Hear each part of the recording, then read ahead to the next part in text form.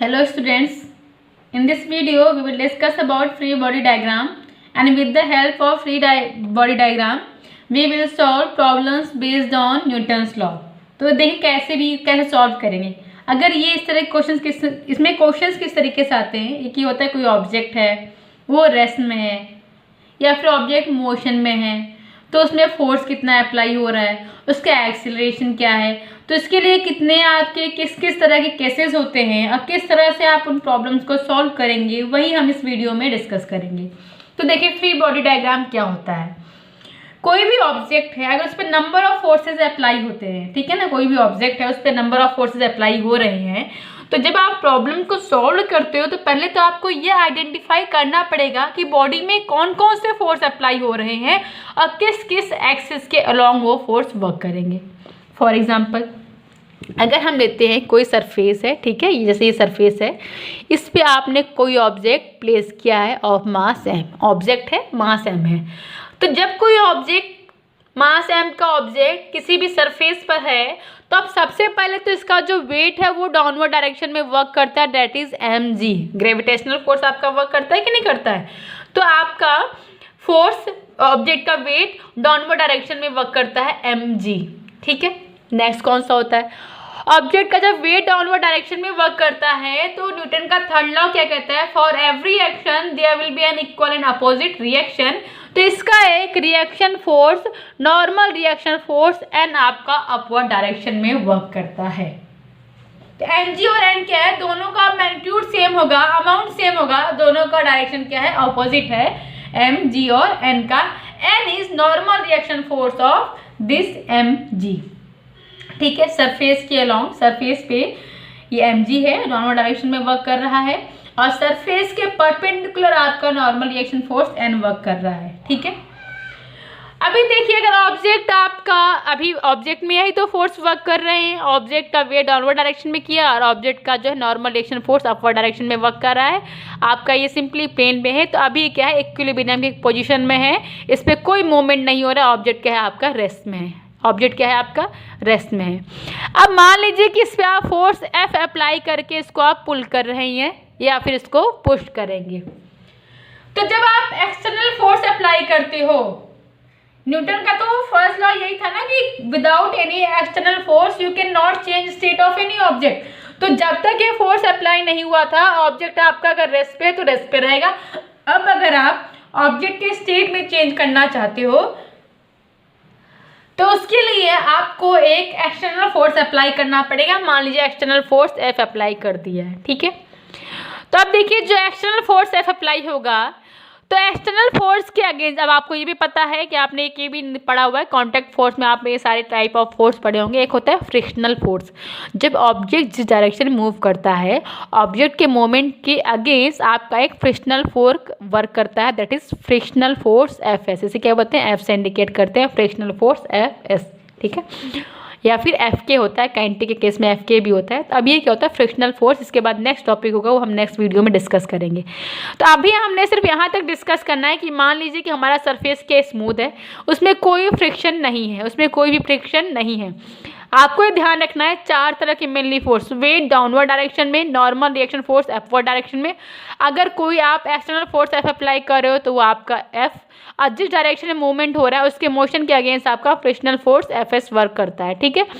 लेकिन यहाँ पे हम जो केसेस लेंगे हम ये कंसिडर करें कि हमारा क्या स्मूथ सरफेस है और फ्रिक्शनल फोर्स नहीं है, ठीक है। अभी फर्स्ट केस जो हम डिस्कस करेंगे, फ्रिक्शन वाला केस हम नेक्स्ट वीडियो में डिस्कस करेंगे। तो पहले तो फ्री बॉडी डायग्राम में क्या करते हैं, हम नंबर ऑफ फोर्सेस आइडेंटिफाई करते हैं, कौन कौन सा फोर्स आपके ऑब्जेक्ट में वर्क कर रहा है, ठीक है।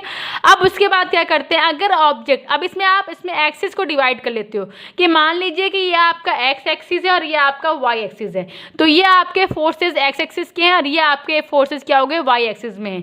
अब जिस मोमेंट, अभी अगर आपका इक्विलिब्रियम केस है तो sum of all the forces will be zero. अगर आपका ऑब्जेक्ट रेस्ट पे है, जो पहले बताया, मान लीजिए फोर्स एफ अप्लाई नहीं हो रहा है और ऑब्जेक्ट रेस्ट में है, तो ऑब्जेक्ट अगर रेस्ट में है तो summation of all the forces will be zero. जब नेट फोर्स जीरो होता है तभी आपका ऑब्जेक्ट रेस्ट में होता है या फिर इक्विलिब्रियम की केस कंडीशन पे होता है। फॉर मोशन, अगर ऑब्जेक्ट मूव कर रहा है तो मूव करने का मतलब क्या है, वहाँ पे एक नेट फोर्स है and that net force will be equal to M A. What is summation of F?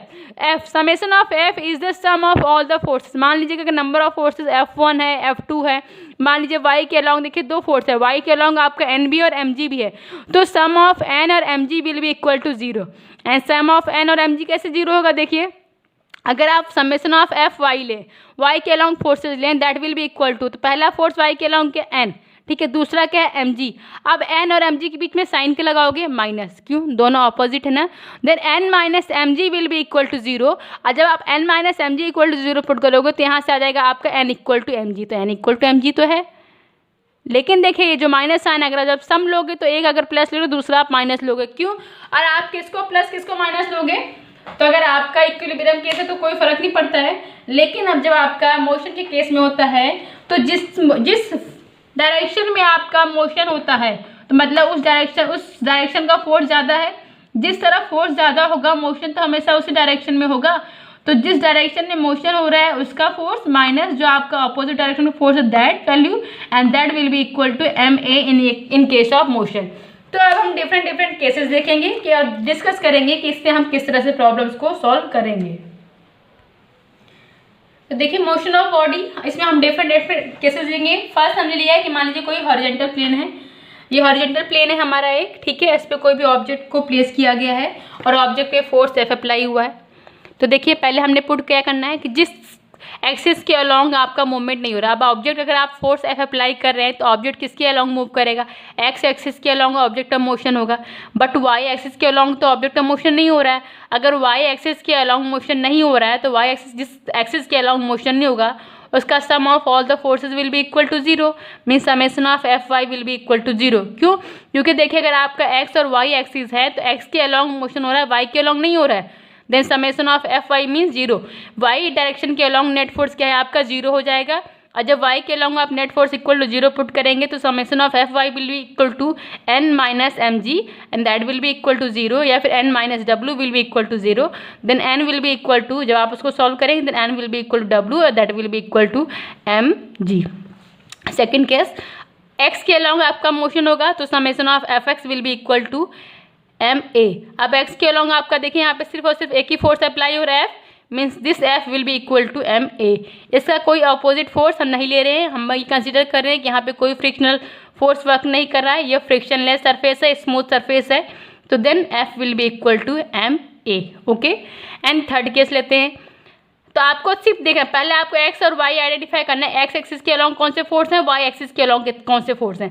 अब फिर x और y के अलॉन्ग जिसके अलॉन्ग मोशन हो रहा है उसके along sum of all the force equal to MA कर दीजिए, एंड जिस एक्सिस के अलॉन्ग मोशन नहीं होगा उसके अलॉन्ग आप summation of F will be equal to 0।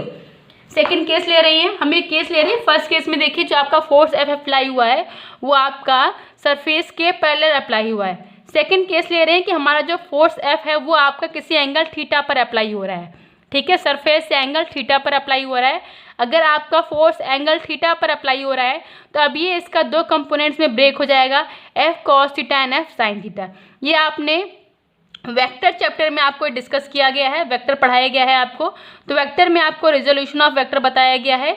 अगर आपका ये F है तो इसका जो बेस कंपोनेंट होगा it will B F cos theta, इसका जो परपेंडिकुलर कंपोनेंट होगा वो F sin थीटा होगा। तो देखिए आपका दो कंपोनेंट में ब्रेक हो गया है फोर्स F, और तो अब सेम प्रोसेस फॉलो करेंगे x और y के अलॉन्ग। देखिए फोर्सेस कौन कौन से हैं, तो देखिए इसमें भी आपका क्या है, मोशन क्या है। मान लीजिए कि आपका मोशन आपका x एक्सिस के अलॉन्ग होगा, मोशन किसके अलॉन्ग हो रहा है, x एक्सिस के अलॉन्ग हो रहा है, एंड y एक्सिस के अलॉन्ग मोशन नहीं हो रहा है, तो summation of F Y will be equal to 0 and summation of F X will be equal to MA। ठीक है, अब समेशन ऑफ एफ वाई निकालिए। तो y के अलॉन्ग देखिए यहाँ पे तीन फोर्स हैं, एक नॉर्मल डायरेक्शन फोर्स n है, एक आपका ये F का F sin थीटा वाला कंपोनेंट है, और एक आपका वेट W है। ठीक है, अब देखिए जो आपका ये n और F sin थीटा दोनों क्या है, आपका सेम डायरेक्शन में है, तो इसके अलॉन्ग पहले आप ऊपर वाला फोर्स ले लीजिए F sin theta plus n। ठीक है, ये वाला फोर्स हो गया। नेक्स्ट फोर्स आपका W बचा है, माइनस y करेंगे, क्यों, इन दोनों का डायरेक्शन सेम है, दोनों को प्लस ले लिया है, लेकिन W का डायरेक्शन क्या है, वो n और F sin थीटा से क्या है, अपोजिट है, so minus W will be equal to 0। W equal to क्या होगा, mg होगा। तो यहाँ से इक्वेशन क्या बन जाएगा, F sin theta plus n, F sin theta plus n will be equal to W equal to mg। देखिए downward force will be equal to upward force, down upward force will be equal to downward force, तभी तो आपका ये equilibrium के case में है, condition पे है, तभी तो y के अलॉन्ग मोशन नहीं हो रहा है, ठीक है। Means mg will be equal to n plus F sine theta, ठीक है। Now summation of F X will be equal to M A. Summation of F X, X के अलॉन्ग कौन सा फोर्स है, एक्स के अलॉन्ग सिर्फ और सिर्फ एक ही फोर्स है, वो है एफ साइन थीटा। क्यों, हमारा कोई फ्रिक्शनल फोर्स हम नहीं लेके चल रहे हैं, इस केस में हम फ्रिक्शनलेस सरफेस लेके चल रहे हैं। Then F cos theta will be equal to M A. तो आपका अब इसी लॉजिक को अप्लाई करेंगे और सारी प्रॉब्लम्स को सॉल्व करने का सिंपल तरीका है कि जिसके अलॉन्ग आपका जिस डायरेक्शन में मूवमेंट हो रहा है, जिस डायरेक्शन में मोशन हो रहा है, उस तरफ का force minus opposite force and that will be equal to M A, अगर मोशन हो रहा है। अब मोशन नहीं हो रहा है, आपका मोशनलेस कंडीशन है, इक्विलिब्रियम केस है, then summation of all the forces will be equal to 0 for that condition. Third case देखिए, इंक्लाइंड प्लेन। ये कोई ऑब्जेक्ट है, वो किसी एंगल थीटा, कोई प्लेन है वो आपका it is inclined at an angle theta, और उस पर कोई ऑब्जेक्ट को रखा गया है। If this angle of inclination is equal theta, then ये एंगल भी आपका थीटा होगा, ठीक है। अब देखिए आपका इस पर अभी नंबर ऑफ फोर्सेस कौन कौन से अप्लाई होंगे, इसको ध्यान से देख लीजिए। सब चीज़ें बहुत ही कॉमन है, ठीक है, कोई नया चीज़ नहीं है, लेकिन आप इसको इस तरीके से पहली बार पढ़ रहे हो, ठीक है, कि प्रॉब्लम्स को कैसे सॉल्व करना है with the help of free body diagram. तो ये हमें जो प्रॉब्लम्स है हम उनका फ्री बॉडी डायग्राम बना रहे हैं, ठीक है। अब ऑब्जेक्ट है वो एक इंक्लाइंड प्लेन पर है। तो अभी देखिए, इससे पहली बात आपको ये आइडेंटिफाई करना है कि इस ऑब्जेक्ट पे कौन कौन से फोर्स किस डायरेक्शन में अप्लाई हो रहे हैं, पहली बात। तो देखिए आपका ऑब्जेक्ट का जो वेट होगा mg, that will work in downward direction, ये आपका डाउनवर्ड डायरेक्शन पे है, ठीक है, एंगल थीटा है। अब जब ये आपका डाउनवर्ड डायरेक्शन में होगा तो सरफेस ये है आपका, ठीक है। सरफेस के जो आपका नॉर्मल रिएक्शन फोर्स वर्क करता है वो सरफेस के परपेंडिकुलर वर्क करता है, ठीक है। नॉर्मल रिएक्शन फोर्स सरफेस के नॉर्मल वर्क करता है। तो देखिए mg तो आपका डाउनवर्ड नीचे वर्क करता है, नॉर्मल रिएक्शन फोर्स आपका इससे सरफेस के परपेंडिकुलर वर्क करेगा। जब ये आपका वेट W सरफेस से एंगल थीटा पर है, अब ये जो mg है ये दो कंपोनेंट से ब्रेक हो जाएगा, इसका जो बेस कंपोनेंट हो जाएगा वो हो जाएगा mg cos थीटा, और जो आपका परपेंडिकुलर कंपोनेंट हो जाएगा वो आपका हो जाएगा mg sin थीटा। तो ये mg है, ये एंगल थीटा है, तो ये कंपोनेंट हो जाएगा आपका mg cos थीटा, और ये परपेंडिकुलर बेस कंपोनेंट की कौन सा होता है आपका, जिस साइड पर आपका एंगल थीटा जिस पर बनता है वो आपका बेस कंपोनेंट होता है, ठीक है। और तो ये आपका हो जाएगा mg sin थीटा कंपोनेंट।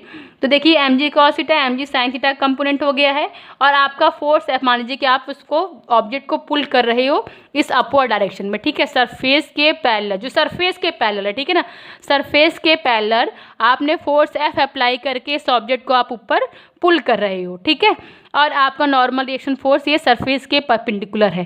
तो अब इसके लिए कैसे इक्वेशन बनाओगे, पहली बात आप पहले लीजिए समेशन ऑफ y के, मोशन किसके अलॉन्ग हो रहा है, अब आप इसको x मान लीजिए और इसको y मान लीजिए। ये आपका x एक्सिस हो गया है और ये आपका y एक्सिस हो गया है, ठीक है। अब y एक्सिस के अलॉन्ग मोमेंट नहीं है, तो mean sum of F Y will be equal to 0। जब आप sum of F Y equal to 0 करोगे तो आपका एन इक्वल टू, देखिए एन और एम जी कॉस थीटा है, दोनों इक्वल एंड अपोजिट होंगे, then N will be equal to M G cos theta, okay. अब वाई के अलॉन्ग आइए, अब y में आप ये देखिए sum of F Y will be equal to 0 और sum of F X will be equal to 0 X के अलॉन्ग, ठीक है। अब आप किस में से किसको माइनस करेंगे, यहाँ पे देखिए दो फोर्स हो गया, इससे पहले जो हमने केस लिया उसमें सिर्फ एक फोर्स था, उसको हमने equal to M A put कर दिया, लेकिन यहाँ पर हमारे पास दो फोर्स हो गए, एक है एफ और एक है एम जी साइन थीटा। अब हम एम जी साइन थीटा में से एफ को माइनस करें या फिर एफ में से एम जी साइन थीटा को माइनस करें, ये कैसे डिसाइड करेंगे। तो देखिए ऑब्जेक्ट को पुल कर रहे हो आप अपवर्ड डायरेक्शन में और ऑब्जेक्ट का मूवमेंट कहाँ हो रहा है, अपवर्ड डायरेक्शन में हो रहा है, ठीक है। तो जिस डायरेक्शन में फोर्स आपका ज़्यादा है उसी डायरेक्शन में आपका मूवमेंट होगा, और अगर आप ऑब्जेक्ट को एफ फोर्स अप्लाई करके पुल कर रहे हो और ऑब्जेक्ट का मूवमेंट अपवर्ड डायरेक्शन में है, इसका मतलब ये जो फोर्स है वो एम जी साइन थीटा से ज़्यादा है। Then we will write F minus M G sine theta. अब नेट फोर्स क्या हो जाएगा आपका, F minus M G sine theta, F minus M G sine theta, and this will be equal to M A. जो Newton के second law में आपको formula मिला है F equal to M A, तो वो जो फोर्स होता है वो आपका नेट फोर्स होता है। वो क्या होता है, नेट फोर्स होता है। अगर नंबर ऑफ फोर्सेस अप्लाई हो रही हैं तो जो आपका एम ए होता है वो सिर्फ जो नेट फोर्स होता है, पहले जो कुछ फोर्सेस होता है वो तो एक दूसरे को कैंसिल आउट कर देते हैं, और जो नेट फोर्स होता है वही आपका मोशन के लिए रिस्पॉन्सिबल होता है। देन x के along f minus mg sine theta will be equal to ma। Fourth case, body is connected with string. तो देखिए अभी क्या होता है, जब हमारा स्ट्रिंग का केस है तो स्ट्रिंग का, रस्सी का जो होता है वो टेंशन होता है, उसमें जो आपका फोर्स अप्लाई होता है उसको आप कहते हैं स्ट्रिंग का टेंशन लेते हैं, ठीक है। मान ये कंसिडर करें कि हमारे पास ये 3 ब्लॉक्स हैं या 3 ऑब्जेक्ट हैं, मास m1, m2 और m3 के हैं, ठीक है। तीनों को एक स्ट्रिंग से आपका क्या जोड़ा गया है और यहाँ पे लास्ट में एक फोर्स F अप्लाई करके इसको पुल कर रहे हो। तीनों ब्लॉक हैं, इनको आपस में एक रस्सी से क्या हुआ है, कनेक्ट किया गया है और आप इन तीनों को एक साथ फोर्स F अप्लाई करके क्या कर रहे हो, पुल कर रहे हो। अब इसके लिए कैसे इक्वेशन बनाओगे? प्रॉब्लम्स को सॉल्व करने का सिंपल तरीका है, जब आप फ्री बॉडी डायग्राम बनाओगे आप हर एक ऑब्जेक्ट के लिए इक्वेशन ऑफ मोशन लिखोगे। हर एक ऑब्जेक्ट के लिए न्यूटन का जो फॉर्मूला है, न्यूटन की जो इक्वेशन है उसके लिए फॉर्मूला बना लिख के, जो आपका summation of F X equal to 0 या फिर summation of F Y equal to 0 है, सेम कॉन्सेप्ट अप्लाई करके पहले आप इक्वेशन लिखोगे। तो पहले हम मास m1 के लिए, देन मास m2 के लिए, फिर देन मास m3 के लिए हम क्या करेंगे, ये इक्वेशंस लिखेंगे। तो देखिए मास m1 पे आई है, मास m1 पे कौन कौन से फोर्स अप्लाई कर रहे हैं। पहली बात, F फोर्स अप्लाई करके आप खींच रहे हो जो मास m1 से कनेक्टेड है, और दूसरा m1 पे फोर्स कौन सा है, आपका स्ट्रिंग है ना, तो स्ट्रिंग में टेंशन होगा, तो स्ट्रिंग का टेंशन T है, T1 ले लिया क्योंकि यहाँ पे 2 है, एक यहाँ पे स्ट्रिंग का पार्ट है, एक यहाँ पे पार्ट है। तो मान लीजिए यहाँ पे स्ट्रिंग का टेंशन क्या है, T1 है, यहाँ पे स्ट्रिंग का टेंशन T2 है, और पूरे ओवरऑल सिस्टम को जो है ए एक्सेलरेशन से इसको मूव कर रहा है, ठीक है। कंसिडर करें कि पूरा ओवरऑल जो सिस्टम है वो ए एक्सेलरेशन से क्या कर रहा है, मूव कर रहा है। तो इक्वेशन कैसे बनेगा, आपका मोशन F के डायरेक्शन में हो रहा है, मोमेंट क्या इस डायरेक्शन में हो रहा है, मतलब इस तरफ का फोर्स इस तरफ की फोर्स ज़्यादा है। इसके लिए इक्वेशन कैसे बनेगा, F minus T1 net force, इसका नेट फोर्स क्या हो जाएगा, F minus T1 and it will be equal to M1A। इसका एक्सेलरेशन A है, तो दिस फोर्स जिस तरफ मोशन हो रहा है वहाँ का फोर्स माइनस जो अपोजिट फोर्स है, and that will be equal to MA, ठीक है, क्योंकि यहाँ मोशन हो रहा है, ठीक है ना, रेस्ट पे नहीं है। रेस्ट पे होता है तो that will be equal to 0, M1A नहीं तो इक्वल टू 0 आता है, यहाँ पे मूवमेंट हो रहा है, तो F minus T1 equal to हो गया M1A। सेकेंड मास के लिए आए जिसका मास m2 है। अब m2 के लिए आते हैं, क्वेश्चन लिखते हैं। तो m2 का है, यहाँ पे देखिए m2 का मूवमेंट किस तरफ हो रहा है, m2 का भी मूवमेंट इस तरफ हो रहा है, मीन्स m2 का जो इस तरफ का टेंशन है वो इस तरफ के टेंशन से ज़्यादा है। हम यहाँ स्ट्रिंग की बात कर रहे हैं, वैसे इसको फोर्स आप इसको चाहे तो टीवी से भी इंडिकेट कर सकते हैं या इससे आप एफ भी लिख सकते हैं, बात सेम है, ठीक है ना। टेंशन जो होता है वो एक तरह का फोर्स ही होता है। तो आपका देखिए मतलब ये जो T1 की वैल्यू T2 से ज़्यादा है, तभी तो आपका M2 T1 की तरफ मूव कर रहा है। जिस तरफ फोर्स ज़्यादा हो ऑब्वियसली उसी तरफ मोशन होगा, ठीक है। तो T1 minus T2 will be equal to, अब T1 T2 से कितना ज़्यादा होगा, उतना ही ज़्यादा होगा जितना कि इसका मोमेंट के लिए इसके मोशन में आपका फोर्स अप्लाई हो रहा है, and that will be equal to M2A। Net force कितना होगा आपका M2 के across, T1 minus T2, and that net force will be equal to MA जो फॉर्मूला होता है तो M2A। Now third case M3। अब देखिए M3 पे सिर्फ और सिर्फ एक ही फोर्स अप्लाई हो रहा है इसके F के, दैट इज T2। आपका इधर देखिए मोशन आपका इसका भी सेम डायरेक्शन में, इसी डायरेक्शन में हो रहा है M3 का, और यहाँ पे सिर्फ और सिर्फ एक ही फोर्स अप्लाई हो रहा है T2। नेट फोर्स दूसरी तरफ क्या 0, तो T2 minus 0 will be equal to M3A, तो 0 लिखने की जरूरत नहीं है, it means T2 will be equal to M3A। T2 equal to M3A।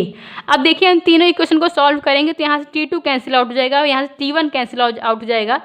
चाहे ना इसको सॉल्व करना आता है मैथमेटिक्स में, इक्वेशन को सॉल्व करना, T2 कैंसिल हो जाएगा, यहाँ से T1 प्लस माइनस कैंसिल हो जाएगा, सिर्फ F बचेगा, then F will be equal to, इन तीनों का सम हो जाएगा M1 plus M2 plus M3A।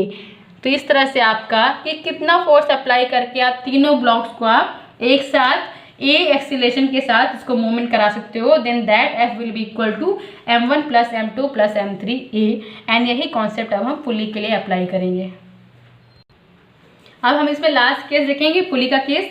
इसमें आपका लिफ्ट वाला केस भी आता है कि लिफ्ट में किस तरह से आपका n माइनस की अपेरेंट वेट कितना होता है। लिफ्ट में जो वेट होता है, आप लिफ्ट ऊपर जा रही है नीचे जा रही है, तो आपका जो ओरिजिनल वेट होता है आपको उससे कभी वेट कम फील होता है, कभी आपको ज़्यादा फील होता है, तो वो भी इसी कॉन्सेप्ट पे डिपेंडेंट है। तो उसके लिए डेरिवेशन बताया गया है। डिटेल में हम सारी चीज़ें नहीं समझ सकते, तभी हम पुली वाला केस देखेंगे। अगर आपको ये सारे केसेस समझ में आ गए हैं तो बाकी इसके बाद के जितने भी केसेस हैं वो आपको इजीली समझ में आ जाएंगे।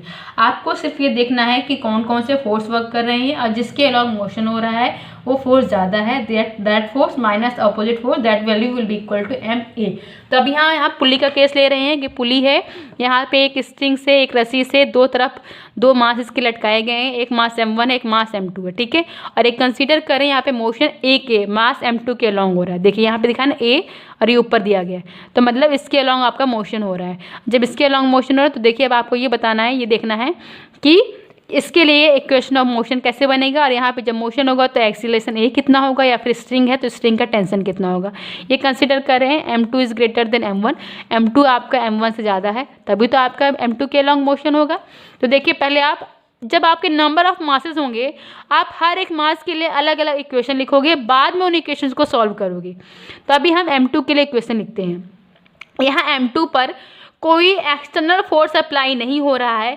M2 का जो मास है M2G वो डाउनवर्ड डायरेक्शन में वर्क कर रहा है, और स्ट्रिंग का जो टेंशन होगा वो आपका अपवर्ड डायरेक्शन में मूव करेगा, वो अपवर्ड डायरेक्शन में वर्क करेगा, ठीक है ना। M2 का जो मास होगा वो डाउनवर्ड डायरेक्शन में होगा, और M2 का जो टेंशन होगा स्ट्रिंग का वो अपवर्ड डायरेक्शन में होगा, ठीक है। और M2 आपका जो इस T से ज़्यादा है तभी तो आपका M2 के डायरेक्शन में मूवमेंट हो रहा है। आपका डायरेक्शन किसके अलॉन्ग हो रहा है, M2 के अलॉन्ग, M2G के अलॉन्ग मोशन हो रहा है, means M2G is greater than T। Then आपका इक्वेशन क्या बनेगा, M2G minus tension of string T, that value will be equal to M2A। Acceleration कितना A, देन M2A, ठीक है। अब सेकेंड मास के लिए, M1 मास के लिए आप इक्वेशन लिखिए। अब M1 मास में देखिए M1G आपका डाउनवर्ड डायरेक्शन में वर्क कर रहा है, ठीक है। टेंशन T आपका अपवर्ड डायरेक्शन में आपका स्ट्रिंग का वर्क कर रहा है। आपका मोशन किसके अलॉन्ग हो रहा है, यहाँ मोशन T के अलॉन्ग हो रहा है। देखिए इसका मतलब क्या है, जो स्ट्रिंग का टेंशन T है वो इस M1G से ज़्यादा है तभी तो T के अलॉन्ग मोशन हो रहा है। जिस फोर्स के अलॉन्ग मोशन होगा, जिस फोर्स के डायरेक्शन में मोशन होगा, इसका मतलब वो फोर्स क्या है, क्वांटिटी में ज़्यादा है। तो आपका जब आप M1 के लिए इक्वेशन लिखेंगे तो यहाँ पे T माइनस M1G होगा। क्यों, क्योंकि ये T आपका M1G से ज़्यादा है तभी तो T की डायरेक्शन में मूवमेंट हो रहा है ना। आपका जो ये मोमेंट हो रहा है वो इस तरीके से हो रहा है। तो M2G आपका T से ज़्यादा है और T आपका M1G से ज़्यादा है। देन इक्वेशन क्या बनेगा, T minus M1G equal to M1A। ये इक्वेशन बन गया। अभी दोनों इक्वेशन सॉल्व करोगे तो देखिए यहाँ T माइनस में है, T प्लस में, दोनों कैंसिल हो जाएंगे। यहाँ पे आपका इक्वेशन बन जाएगा दोनों को ऐड करने पर M2 minus M1G and this value will be equal to M1 plus M2A। दोनों ऐड करोगे ना, देन यहाँ से A के लिए इक्वेशन आ जाएगा M2 minus M1 divided by M1 plus M2G। तो आपका जो पूरा सिस्टम है, जो बॉडीज़ मूव कर रही है, उनका एक्सीलरेशन क्या होगा वो इस फॉर्मूले से आपको फाइंड आउट हो जाएगा। और A की वैल्यू, अब जो ये फॉर्मूला आया ना T minus M1G equal to M1A, इस फॉर्मूले में आप A की वैल्यू पुट कर दीजिए, चाहे इसमें इक्वेशन में पुट कीजिए या फिर इस इक्वेशन में पुट कीजिए, आपको वहाँ से T की वैल्यू आ जाएगी। तो स्ट्रिंग के टेंशन T के लिए फॉर्मूला आएगा T equal to 2M1 M2G divided by M1 plus M2। तो इस तरीके से फ्री बॉडी डायग्राम की हेल्प से न्यूटन के लॉज पे बेस्ड जो प्रॉब्लम्स हैं उन्हें कैसे सॉल्व करना है वो हमने डिस्कस किया। नेक्स्ट क्लास में हम सेम टॉपिक्स करेंगे, हमारा न्यूटन्स फ्री बॉडी डायग्राम बनाएंगे और हम न्यूटन्स के लॉज ऑफ मोशन को अप्लाई करेंगे। बस वहाँ पे हम एक नया फोर्स ले लेंगे, that will B frictional force. Thank you.